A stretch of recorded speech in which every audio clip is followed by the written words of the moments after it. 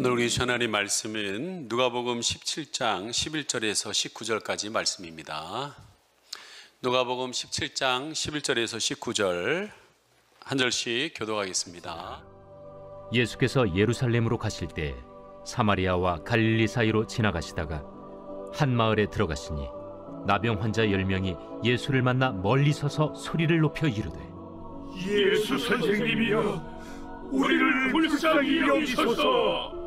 보시고 이르시되 가서 제사장들에게 너희 몸을 보이라 하셨더니 그들이 가다가 깨끗함을 받은지라. 그 중에 한 사람이 자기가 나은 것을 보고 큰 소리로 하나님께 영광을 돌리며 돌아와 예수의 발 아래에 엎드려 감사하니 그는 사마리아 사람이라.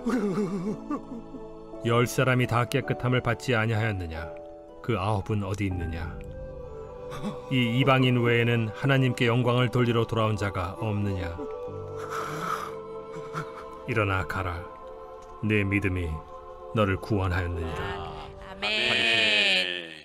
여러분, 오늘 하나님께서 이 11월까지 베풀어 주신 은혜를 생각해서 감사한 만큼 옆에 있는 사람들에게 우리 빛이 있으라 우리 인사했습니다. 빛이 있으라. 아유, 많이 감사하시네요. 네. 여러분, 저희 막내 사랑이가 차 안에서 저한테 묻습니다. 아빠는 무엇을 선택할래? 라고 묻더라고요. 뭘 선택해? 행복한 기억과 잃어버린 100억 중에 뭘 선택할 거야? 라고 묻더라고요. 네. 이게 갑자기 띵 질문이 돼서 이 현실 감각 없이 행복한 기억을 선택하겠다고. 네. 이상한 듯, 어이구, 그러니까. 이런 식으로 이렇게 쳐다보는 거예요. 네. 여러분, 저는 그 순간 그냥 생각했어요. 그냥 100억이 있지만 과거와 지금 현재 내가 행복하지 않으면 그 100억이 무슨 소용이 있겠는가, 그런 생각을 했습니다. 여러분, 참 신기한 것은요, 우리의 마음에 있는 이 행복한 마음을 너무나 많은 사람은 그 마음을 유지를 잘 못하는 것 같아요. 왜 그러냐면 익숙함에, 당연함에 우리는 어느 순간 그 고마움이라든지 감사함이라는 게 내 순간에 사라져 있는 것을 보게 됩니다. 그리고 어느 순간인간 그 마음의 자리에 불평이라는 게 꾸물꾸물 들어와서 내 입에서는 불평과 원망을 자꾸 내 눈에 보이는 것에 만족감이 없는 것을 이야기하고 있는 나의 모습을 보게 됩니다. 저는 오늘 추수감사절에 그런 것을 한번 생각해 봤으면 좋겠습니다. 지금 우리가 느끼는 이 감정, 특히 감사와 행복, 고마움 같은 것은 현재 누리는 물질적인 조건이나 여러분 가치에 있는 것이 아니라 여러분 우리 마음에 무엇이 지금 자리 잡고 있느냐, 여러분 그것이 중요할 줄 믿습니다. 혹시라도 여러분 마음에 잃어버린 기억과 마음 속에서 마음의 이 감사를 잃어버렸다면 여러분 어떻게 회복할 것인가, 오늘 말씀 가운데 함께 나누기를 소망합니다. 여러분, 첫째는요, 상위 10%가 되어야 합니다. 몇 프로요? 예, 수능 봤는데 상위 10%면 서울대 갑니다. 예, 영적 원리도 이게 너무나 중요합니다. 정말 오늘 여러분 잘 아는 본문입니다. 이것을 간단하게 여러분에게 설명하겠습니다. 예수님이 예루살렘에 올라가는 그 길 가운데 사마리아와 갈릴리 그 사이에 지나가다가 한 마을에 들어갔어요. 근데 마을에 완전히 들어간 게 아니라 마을 입구에, 그 마을에 들어가지 못하고 있는, 오늘 보면 나병 환자, 문둥병자, 자꾸 살에서 고름이 나오고 살점이 떨어져 나가는 그런 사람들 10명이 큰 소리로 예수 선생님이여, 예수 선생님이여, 우리를 불쌍히 여겨주십시오, 불쌍히 여겨주십시오 소리 외치는 거예요. 왜 이 10명이 지금 이렇게 부르짖습니까? 소문을 들었어요. 예수님이 문둥병을 고치더라. 그래서 지금 희망이 예수님밖에 없어서 그렇게 간절히, 여러분 이 희망이 그밖에 없으니까 얼마나 간절히 예수 선생님이여, 예수 선생님이여 라고 불렀습니다. 그랬더니 예수님이 그들에게 가서 그러는 거예요. 제사장에 가서 보여라. 여러분, 지금이야 의사 선생님이 가서 판단하지만 그 당시엔 제사장님이 문둥병을 확인하고서 치료됐는지 안 됐는지를 확인해 줬다는 거예요. 좋은 시대였던 것 같아요. 예, 아프신 분들이 저한테 와서 확인받고 암 낫습니다, 예, 이렇게 딱 해주면 굉장히 이 목사의 위치가 굉장히 권위가 있을 것 같아요. 예, 그런데 여러분 그 당시엔 그랬다라는 거예요. 그래서 제사장한테 그냥 희망이 그것밖에 없으니까 시키는 대로 달려간 거예요. 제사장한테 달려가는데 이상하게 고름이 안 흘러요. 이상하게 피부가 깨끗해지는 느낌이 들어요. 거기 도착해 보니까 10명이 다 깨끗하게 나아지는 일을 본 겁니다. 그들은 여러분 깨끗한 확인, 이 피부와 고름이 말라진 것을 보고서 제사장이 너희들 10명 왜 왔어? 다 났는데, 이 판정을 받자 그들은 기뻐서 여러분 어디로 갔을까요? 가족에게 갔겠죠. 보고 싶었던 친구들에게 갔겠죠. 누군가에게 이 얘기를 해주고 싶은 사람에게 갔는데 딱 한 사람만 여러분 그 자리에서 하나님께 영광을 돌리고 예수님께 찾아왔다고 얘기하고 있습니다. 여러분 15절 16절 같이 있습니다. 시작. 그 중에 한 사람이 자기가 나은 것을 보고 큰 소리로 하나님께 영광을 돌리며 돌아와 예수의 발 아래 엎드려 감사하니 그는 사마리아 사람이라. 여러분 10명이 똑같이 나음을 입었습니다. 근데 오직 한 사람만이 예수님께 찾아와 감사했댔어요. 10명 중에 한 명이 몇 프로예요? 네, 10%예요. 이 상위 10%. 여러분 이 사건에서 예수님은 사람들에게 여러분 무엇을 말하고 싶었을까요? 왜 이게 성경에 나와 있을까요? 여러분 본문의 가장 중요한 것은 문둥병을 낳았다라는 것이 아닙니다. 19절에 있는 예수님의 선언이 중요하다는 거예요. 그 선언이 뭡니까? 그에게 이르되 일어나 가라, 내 믿음이 너를 구원하였느니라 라는 말씀이라는 거예요. 병이 나은 것은 모두에게 일어나는 일이지만 구원을 받은 것은 유일하게 주님께 찾아와서 하나님께 영광을 돌린 그 한 사람만이 구원을 받았다는 거예요. 그리고 이렇게 선언합니다. 하시는 예수님의 말씀의 임원에는 야, 9은 어디 갔냐? 너무 9명이 구원받지 못한 것에 대한 안타까운 마음에 예수님이 오늘 얘기하신다는 거예요. 여러분 오늘 우리가 주목하고자 하는 것은 10명은 똑같이 기적을 일어났지만 구원의 결과로 봤을 때는 한 명만이 구원을 받았다는 거예요. 오늘 본문에 보면요 2번의 소리를 지르는 모습이 나옵니다. 자 13절 시작. 소리를 높여 이르되 예수 선생님이여 우리를 불쌍히 여기소서 하거늘. 첫 번째 소리 지름이에요. 자 두 번째 소리 지름은 15절입니다. 시작. 그 중에 한 사람이 자기가 나은 것을 보고 큰 소리로 하나님께 영광을 돌리며 돌아와. 여러분 앞에 있는 큰 소리는 여러분 왜 질렀어요? 자기 질병을 낫기 위해서 소리를 질렀던 거예요. 그런데 15절에 여러분 두 번째 소리는 누구한테 지르는 거예요? 하나님께 올리고 있다는 거예요. 여러분 오늘 이 9절의 소리에는 영어 성경에는 라우드 보이스라고 그래가지고 아주 큰 소리, 헬라어로 에란이라서 산에서 야호 하듯이 쩌렁쩌렁하게 외치는 여러분 소리였다는 것입니다. 여러분 마치요 우리의 인생에 여러분 살아오다 보면 수많은 일들이 있잖아요. 특별히 자녀가 아프거나 진짜 병원에 가도 어떻게 손 쓸 수 없을 때 저 병원에서 막 부르짖는 살려달라고, 선생님 살려달라고 하시는 분들을 많이 봤어요. 또한 여러분 하던 일들이 너무 어려움을 겪어가지고 교회 와서 부르짖으면서 하나님 제발 도와달라고, 이 사업 하나님께서 도와주셔야 된다고 이렇게 부르짖는 분들을 보았습니다. 모든 것이 무너졌을 때 이렇게 부르짖었던 여러분이 말은 안 해도 속으로 어찌할 수 없어가지고 제발 좀 도와달라고 했던 그 부르짖음에 여러분 순간이 분명히 있었을 거예요. 아니더라도 여러분 지금 어느 이 자리에서도 마음에 부르짖고 싶은 사람이 있을 것입니다. 여러분 그 부르짖는 소리라는 것이요 우리의 삶에 만나는 문제에 비례해서 그 간절한 부르짖음이 여러분 있다라는 것입니다. 오늘 본문에 나와 있는 예수님의 안타까운 대상이 되었던 9명처럼 우리 역시 간구하는 우리의 문제 앞에 기도의 소리가 강하게 하나님 도와달라고 외쳤던 소리가 있는데 오늘 그 한 명의 감사하는 부르짖는 소리를 하고 있는 사람이 적다라는 것이죠. 여러분 가만히 생각해 보세요. 오늘 이 부르짖음의 순간 첫 번째는 자기에게 중심된 거예요. 자기 문제에 대해서는 막 소리를 지릅니다. 그런데 두 번째 감사는 하나님께 집중된 이 감사의 소리가 너무나 10명 중에 한 명밖에 없다는 거예요. 저는 목회하면서 종종 궁금한 일이 있어요. 성도님들이 어려우면 카톡을 통해서 목사님 급합니다. 기도해 주세요. 이거 큰일입니다. 도와주세요. 라고 이렇게 카톡이 옵니다. 근데 그 뒤에 결과에 대해서 오는 연락이 없어요. 이게 됐는지 안 됐는지 제가 뭐 그분들을 향해서 뭐란 건 아닌 건데 상황이 달라졌구나. 그래서 서울은 그래요. 무소식이 희소식이지 뭐. 사람이 이제 살만하니까 연락이 없는 거구나. 이제 그렇게 생각은 하는데, 여러분 하나님은요 우리에게 분명히 응답합니다. 어떤 방법으로도 응답한다는 거예요. 그거에 대해서 표현이 너무나 우리가 적다라는 거예요. 문제는 기도할 때의 절실함이 응답에 대한 감사로 이어지고 있지 않다라는 거예요. 여러분 오늘 10명의 감사, 그 중에 한 명만이 주님께 나와 감사합니다. 가만히 생각해 보세요. 여러분 그것을 볼 때 감사가 쉽지 않는 거구나.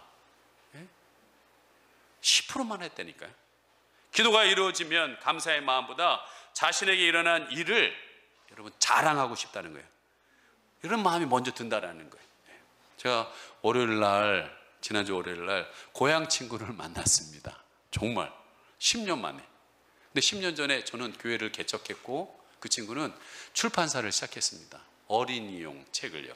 그러다 보니까 얘기하는 가운데 저는 100여 명의 성도님을 세우기 위해서 부르짖고 때로는 금식하고 간절했던 시간들이 있었고, 그 친구는 그 한 권의 어린이 책을 만들기 위해서 정말 밤새우고 애쓰고 자기 막 부인하고 그 책 페이지 만들면서 고민하고 했던 그 100여 권의 책들. 그러니까 이게 공통화돼 가지고 이야기를 신나게 하는데, 그 친구는 세상에 자기 자랑, 자기 의, 내가 이렇게 해서 성공하게 됐어 하고 막 얘기하는데 그의 질세라, 종교적 의에 사로잡혀가지고 내가 제 간직이라는 이름 아래서 막 자랑하고 있는 이렇게 제 자신을 내려오는데 마음이요, 어떤 하나님이 주시는 어떤 기쁨이 없어요.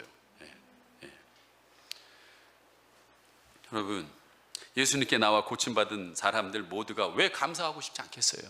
근데 흐르던 고름이 멈추고 자기의 결실한 문제가 해결되니까 여러분 그들이 생각한 거예요. 이걸 누구에게 얘기를 해야 되는 거예요. 누가 자랑하고 싶은 거예요. 그래서 그들은 주님께 찾아오기보다는 자기가 자랑하고 싶은 여러분 가족들과 그 주위에 있는 사람들에게 찾아가서 얘기했다는 거예요. 여러분 또 한 가지는요, 감사의 때를요 놓치면요, 해야 될 때 안 하면 이게 흐려진다라는 거예요. 감격이 사라진다라는 거예요. 저는 오늘 우리가 1년에 왜 마무리하는 이 시점에 11월 셋째 주에 추수감사주의를 드리는가? 어떤 사람들은 왜 미국의 청교도들이 한 걸 한국의 사람이 우리가 왜 그걸 지켜야 돼요? 하고 저한테 묻는 분들이 있어요. 여러분 중요한 것은 그들이 일어났던 일이 아니라 그들이 새로운 땅을 향하여서 가졌던 마음이라는 거예요. 대서양을 건너서 아메리카를 대륙한 데 처음 맞는 그 수많은 사람들이 죽어가는 가운데서도 하나님이 도와주셔서 이 추수의 열매를, 처음 그 열매를 드리고 우리 잊지 말자, 제발 잊지 말자 해서 정해놓은 게 여러분 추수감사주일이라는 거예요. 여러분 우리도 그러한 마음은 있어야 되는 거 아니겠어요? 올 1년을 살아가면서 그래도 1년 동안 이렇게 건강하게 지켜주고 코로나 가운데서 보호하셔서 이렇게 하는 것은 그 감사하는 마음은 좀 표현해 봐야 되는 거 아니겠습니까? 여러분 우리가 이 추수감사를 줄이면서 과일을 드리고 오늘도 감사헌금을 했을 거예요. 우리가 잊고 살아가는 이 감사의 기억과 감사의 마음을 여러분 회복될 때 우리의 영혼에는요 신기하게 생명력이 일어난다는 거예요. 지난날이 몰랐던 그 마음에 꾸역꾸역 여러분 행복한 마음이 일어난다는 거예요. 여러분 추수감사주를 조용히 지킬 수도 있습니다. 조용히 하나님 감사해요, 너무 감사해요. 근데 왜 이렇게 유별나게 어제 토요일서부터 와가지고 막 과일 올리고 막 교회 청소하고 꽃꽂이하고 없던 것들이 많이 생겨가지고 왜 이렇게 유별나게 하느냐? 여러분 오늘 그 한 명이 큰 소리로 하나님께 영광을 돌렸다. 여러분 하나님도 좀 큰 소리로 좀 영광 받으면 안 돼요? 하나님도 우리의 기쁨의 표현들을 좀 요란하게 좀 받으시면 안 되냐고요. 본인들은 화끈하게 받기를 원하면서 왜 하나님은 좀 화끈하게 받으면 안 되냐고요. 여러분 문제 가운데 소리만 지르는데 바쁜 우리가 아니라 예수님의 마음이 안타깝게 여기는 그와 같이 우리에게 베풀어 주신 하나님의 은혜를 생각하면서 오늘 소리 높여서 하나님께 감사의 감격에 좀 오버해서 드리는 거, 여러분 우리의 영혼을 살리고 여러분 새로운 활력을 부어주실 줄 믿습니다. 자, 그럼 잃어버린 기억과 마음이니 감사를 회복하는 길이 뭐냐? 아까도 얘기했지만 조금 부담스럽게 혹은 좀 억지로라도 하라는 거예요. 그냥 내일 생기면 할 거야. 백날 가보세요. 좀 오버하셔야 돼요. 자, 오늘 15절과 16절 같이 한번 읽어보겠습니다. 15절 16절 시작. 15절 16절 시작. 그 중에 한 사람이 자기가 낳은 것을 보고 큰 소리로 하나님께 영광을 돌리며 돌아와 예수의 발 아래에 엎드려 감사하니 그는 사마리아 사람이다. 여러분 좀 부담스럽지 않아요? 아까 지만 왜 굳이 감사하는데 소리를 질러서 감사하냐는 거예요. 왜 기도하는데 굳이 조용히 기도하면 되는데 큰 소리로 기도하냐고요. 난 조용히 기도하고 싶은데. 여러분 묘지에 가면 조용히 계실 날이 올 겁니다. 네. 여러분 굳이 예수님께 감사하는 거를 그냥 하면 되는데 뭐 엎드려가지고 뭐 이렇게 자꾸 하냐. 여러분 이 엎드린다는 말은 경배라는 말이에요. 우리가 누군가의 발 아래 엎드린다는 것은 그분의 존재를 인정하고 있다는 거예요. 조금 과장해서 혹은 조금 억지로라도 하는 감사를 할지라도 그 감사가 우리의 신앙에 여러분 뭔가는 마중물이 된다는 거예요. 뭔가는 한 발 더 나갈 때 뭔가 이게 움직이는 동력이 일어나는 일들이 벌어진다는 거예요. 여러분 유튜브에 낙타의 눈물이라는 영상이 있습니다. 낙타가 사는 지역이 어디예요? 사막입니다. 물이 없어요. 그러니까 낙타는 본능적으로 수분을 자기 몸에 부착해야 됩니다. 그리고 함부로 쓰지 않습니다. 열악한 환경이 낙타로 하여금 강팍하게 만들어버리는 거예요. 문제는 뭐냐면 낙타가 새끼를 낳는데 새끼에게 뭘 줘야 돼요? 젖을 줘야 되는데 물리치는 거예요. 참 이게 모성애를 강팍함이 능가하는 거예요. 그 옆에 사람들은 어찌할 수가 없는 거예요. 젖을 줘야 사는데. 그러면요 어느 분이 구슬픈 노래를 들려준대요. 특별히 몽고 사람들은 마두금이라는 그 악기를 연주해요. 근데 그 소리가 꼭 낙타가 우는 소리와 비슷하다는 거예요. 그러면 낙타는요 그 음악을 듣다가요 무릎을 꿇어요. 그리고요 눈물을 뚝뚝 떨어뜨리는 건 아니고 스르르 흘러요. 흐릅니다. 진짜요. 봐보세요. 흐릅니다. 그리고 새끼를 다가가서 젖을 주더라는 거예요.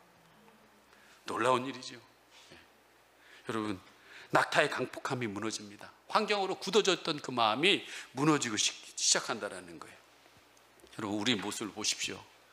우리 처음부터 이렇게 강팍한 거 아니었잖아요. 환경이 또 코로나의 현실 가운데서 나도 모르게 왜 이렇게 내 마음이 강팍해졌는지 모르겠어요. 내 마음이 이렇게 굳어져 있는지 모르겠습니다. 그런다 할지라도 하나님께서는 우리가 그렇게 살기를 원하고 계시지 않는다라는 거예요. 낙타의 눈물을 흘리기를 원하신다는 것이요. 그것이 하나님이 우리에게 원하신다는 일이에요. 우리가 부르짖을 때 하나님께서는 그 모습을 보고서 너에게 촉촉한 눈물의 은혜를 허락하신다는 거예요. 여러분 감사하는 사람은요 뭘 봐도 감사를 찾아요. 어느 한 중년의 남성이 거울 앞에 섰어요. 봤는데 배는 똥배지요, 머리는 대머리지요, 코는 빨개져가지고 빨간 핏줄이 서 있지요. 이 모습을 봤을 때 소망이 별로 없어요. 저도 여러분 머리 빠지고 막 그랬다고 얘기했잖아요. 이게 이상하게 뭐가 자꾸 변화되면 마음이 자꾸 가라앉아요. 근데 이 중년의 남성이 이렇게 얘기하는 거예요. 그래, 또 시력은 괜찮네. 보일 건 다 보이네. 이러더라는 거예요. 여러분 감사하는 사람이 아주 신통합니다. 없는 것을, 아무것도 없는 것에 감사를 찾아낸다라는 거예요. 오늘 본문에 등장하는 9명의 문둥병자들이 기적과 같은 역사를 체험하고도 하나님께 나아가 감사하는 표현을 못했습니다. 사실 우리의 삶에서 감사를 표현하고 찾는 것이 다시 한번 얘기하지만 쉽지 않다라는 거예요. 쉽지 않다는 거예요. 여러분 죽을 때 후회하는 25가지라는 책을 쓴 오추 슈이치라는 일본 사람이 있습니다. 이분은 말기 암 환자들을 상대로 하는 전문의, 호스피스의 전문의입니다. 근데 1000명이나 되는 환자가 죽음을 곁에서 지키면서 그분들에게 동일한 질문을 물었대요. 당신은 인생에 무엇을 가장 후회하시나요? 인생에 남은 시간이 불과 몇 시간, 몇 분밖에 안 남은 이분들에게 여러분 물어볼 때, 움직일 수 없는 그들에게 물어볼 때 그들은 동일한 이야기를 한대요.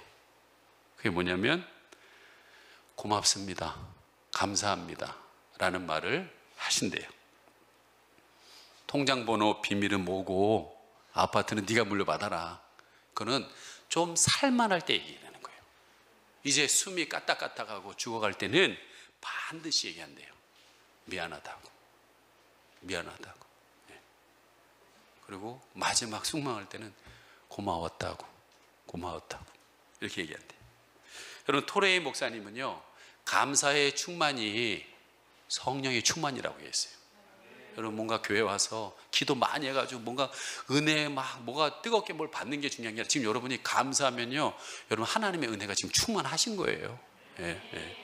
오늘 본문에 나오는 한 문둥병자에게 하신 예수님의 이 말씀 여러분 꼭 기억하십시오. 17절에서부터 19절입니다. 시작.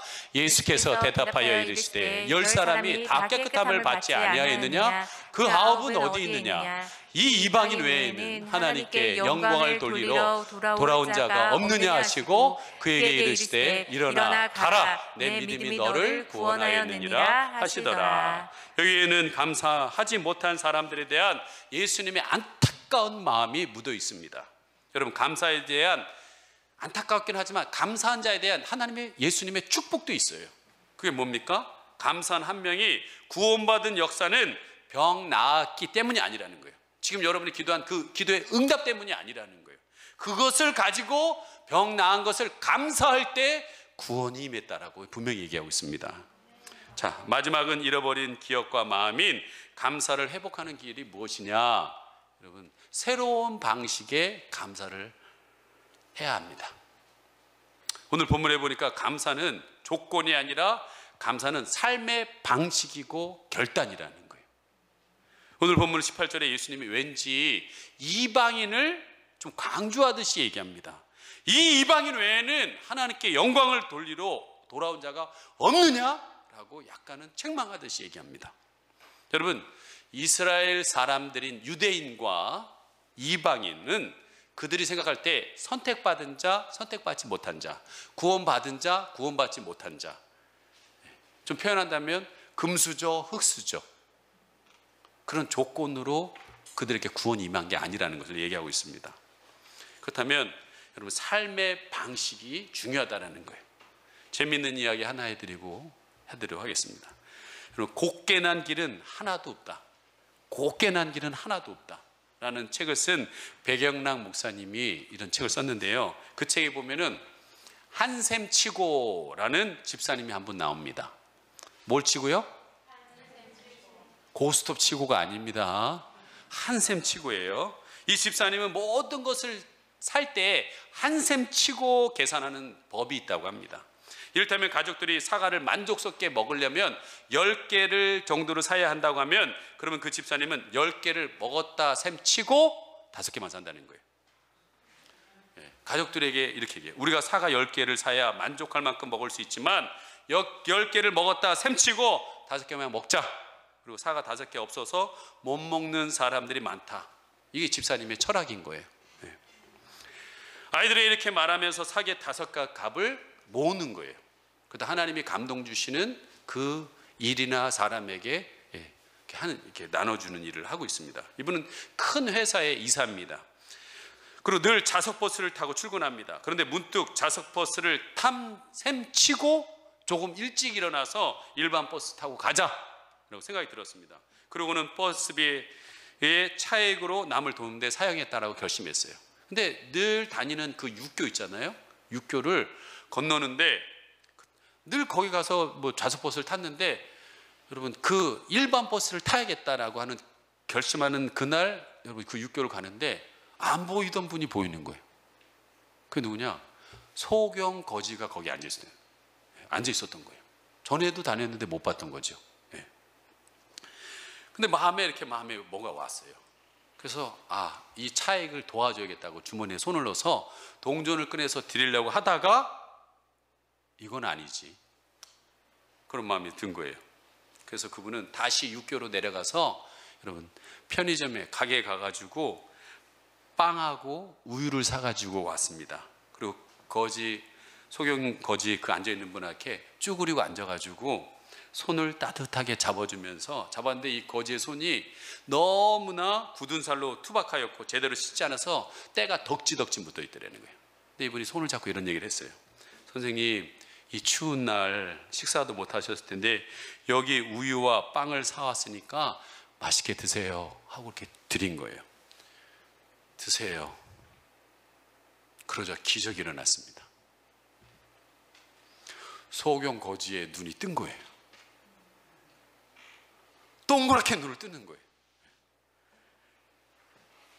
눈이 떠지는 그 거지의 눈과 함께 이 집사님 눈이 같이 맞아 보는 순간 엄청 놀란 거예요. 이 집사님이 짧은 순간이지만 어쩔 줄을 몰랐던 거예요. 근데 중요한 것은 눈 뜬 것이 아니라 일생 소경 행세를 하면서 구걸하던 그 거지는 이렇게 자기의 손을 잡아주면서 먹을 걸 주는 사람을 처음 만난 것이 충격이 자기도 모르게 눈을 뜬 거예요.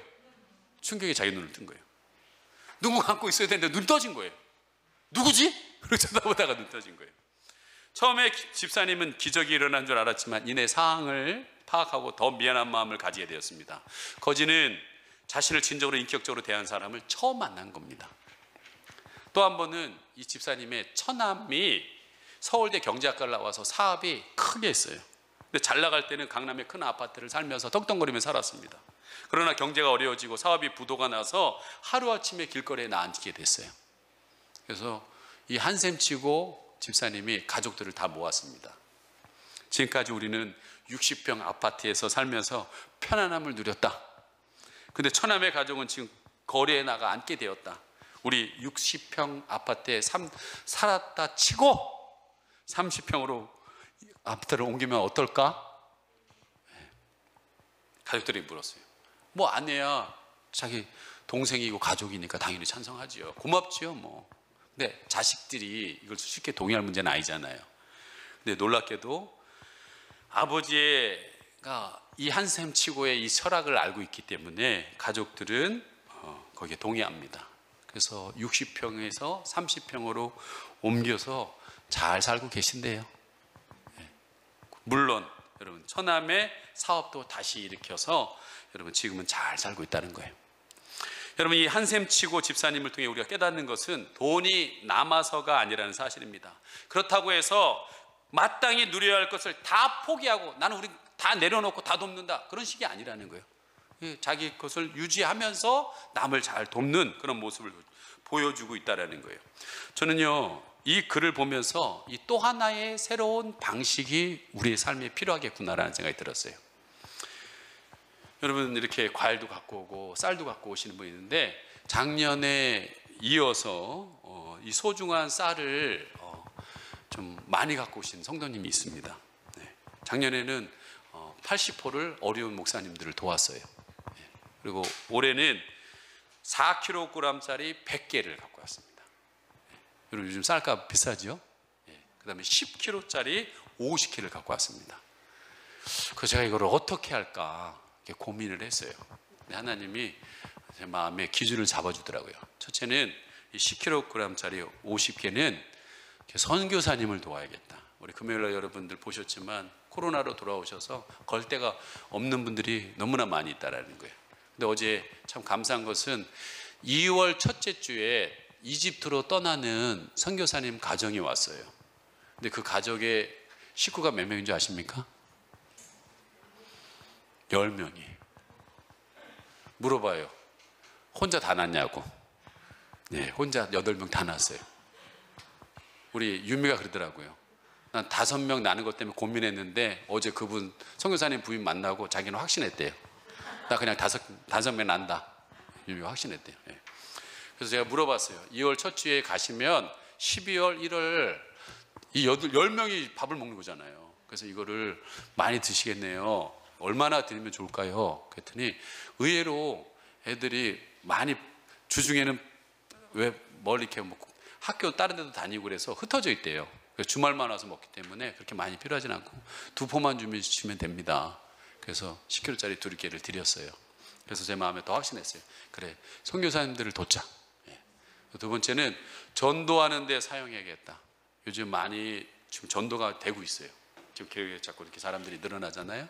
하나님의 은혜지요. 그리고 오늘 오후에도 이거 정리해서 교회 주변에 있는 분들에게 다 나눠 드릴 겁니다.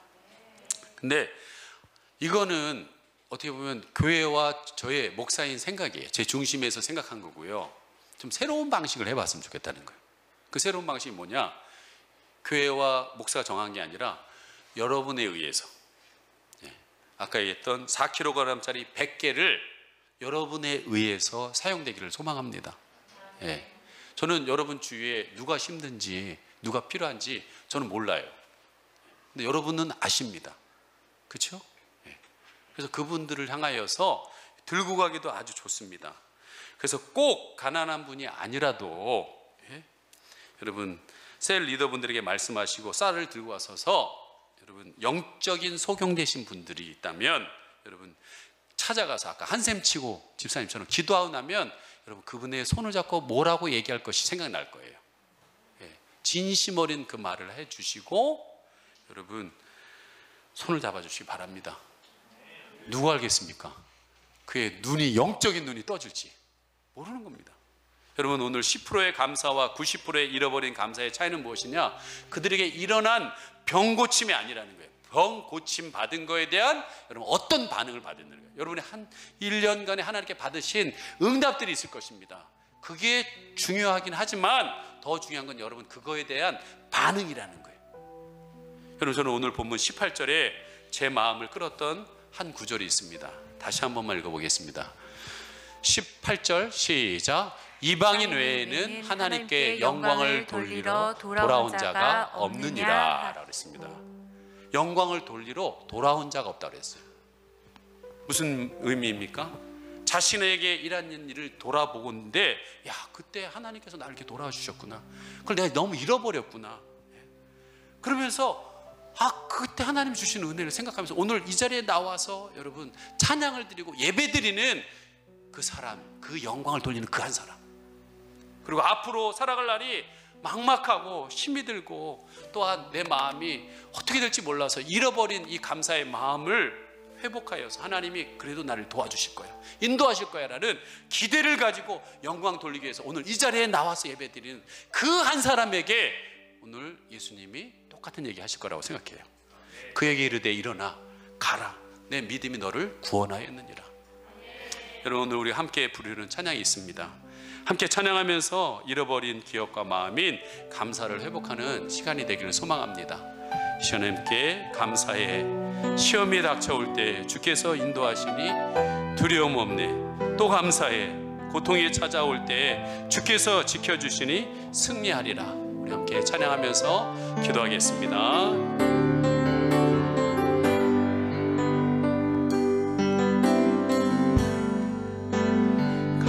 감사해. 시험이 닥쳐올 때에 주께서 인도하시니 두려움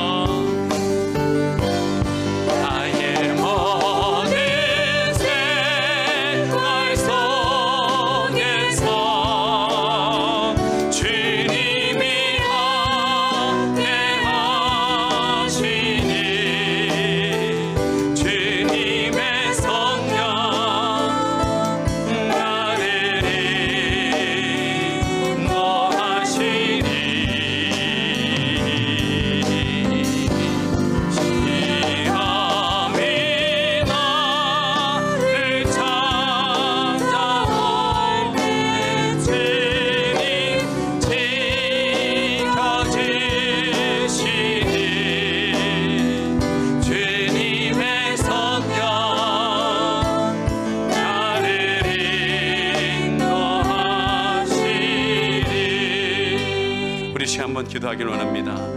우리 하나님께서는 나의 모든 생활 속에서 함께 하시며 지금까지 여러분을 인도하신 줄 믿습니다. 우리는 10명의 고침을 받은 사람처럼 우리는 수없는 많은 은혜를 받았습니다. 근데 오늘 한 사람만이 나와서 하나님께 영광을 돌리며 엎드려 예수님께 감사했다고 했습니다. 하나님, 그 한 사람이 내가 되기를 원합니다.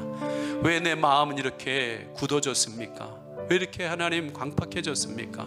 오늘 이 시간 하나님 저에게 은혜를 내려주셔서 잃어버렸던 기억들, 잃어버렸던 마음의 감사가 회복될 수 있도록 내게 은혜를 베풀어 주시옵소서. 우리 주여 한번 부르고 기도합니다. 주여. 하나님 아버지, 오늘 큰 소리로 하나님 아버지 하나님, 조금은 과한 것 같고 조금은 하나님 아버지 하나님 과한 행동을 하는 것 같지만 정말 그의 문둥병 걸렸던 그의 삶 가운데서 얼마나 힘들었으면 하나님, 그의 삶 가운데 10명이 부르짖으면서 그 문제를 해결해 달라고 외쳤던 그들이 10명이 다 나음을 받았습니다. 그러나 하나님, 그 부르짖음은 있었지만 한 명만이, 그것도 이방인이 찾아와서 하나님께 큰 영광을 돌리며 예수님, 내가 나음을 입었습니다. 내가 치료함을 받았습니다. 나에게 새 삶을 주심을 감사합니다 하며 고백했던 그 하나님 한 명의 이방인처럼 오늘 하나님 앞에 드려지는 이 감사가 하나님 앞에 올려질 수 있도록 인도하여 주시옵소서. 오늘 그 한 사람을 향하여서 내 믿음이 너를 구원하였다라고 하나님 아버지 하나님 말씀하셨던 것처럼 우리의 과거뿐만 아니라 앞으로 현재 미래에 있어서 하나님과 함께 동행함을 인하여 우리가 구원받는 인생을 살 수 있도록 인도하여 주시옵소서. 오늘 성령께서 잃어버린 기억들, 잃어버렸던 마음을 하나님 회복시켜 주시는 놀라운 은혜가 임할 수 있도록 도와주시옵소서. 우리는 하나님 이 시간 하나님을 바라봅니다. 시험이 나를 찾아올 때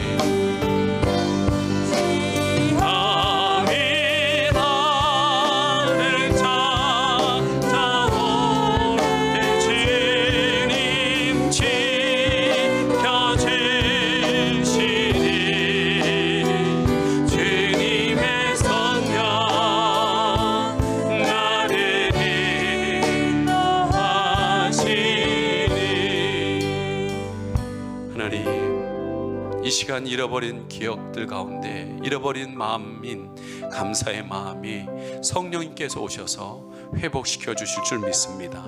오늘 특별히 한 분이 세례를 받습니다. 지난날에 하나님 앞에 세례를 받고 또한 은혜를 입었지만 하나님, 내가 은혜를 잃어버렸고 다시 하나님 앞에 쓰임받기 위해서 나아가고자 하는 그 갈망 가운데 오늘 세례를 받기를 소망하고 있습니다. 주님, 그 마음에 하나님 굳어졌던 마음 자아가 하나님 녹아지게 하여 주시기를 간절히 소망합니다. 하나님, 내가 만들어온 영역들이 무너지는 역사들이 있게 하여 주시옵소서. 오늘 새롭게 하시는 한 은혜가 세례받는 뿐만 아니라 우리 모두에게 임할 수 있도록 복을 내려 주시옵소서. 감사드리며 예수님의 이름 받들어 기도드리옵나이다. 아멘. 지금은 우리 주 예수 그리스도의 은혜와 하나님의 그 크신 사랑과 내주하시는 성령의 교통하심이 10명 중에 돌아와 하나님 앞에 진심 어린 감사를 올린 그 한 명이 되기를 원하는 귀한 성도님들 머리머리 위에 지금으로부터 영원히 함께 있을지어다. 아멘.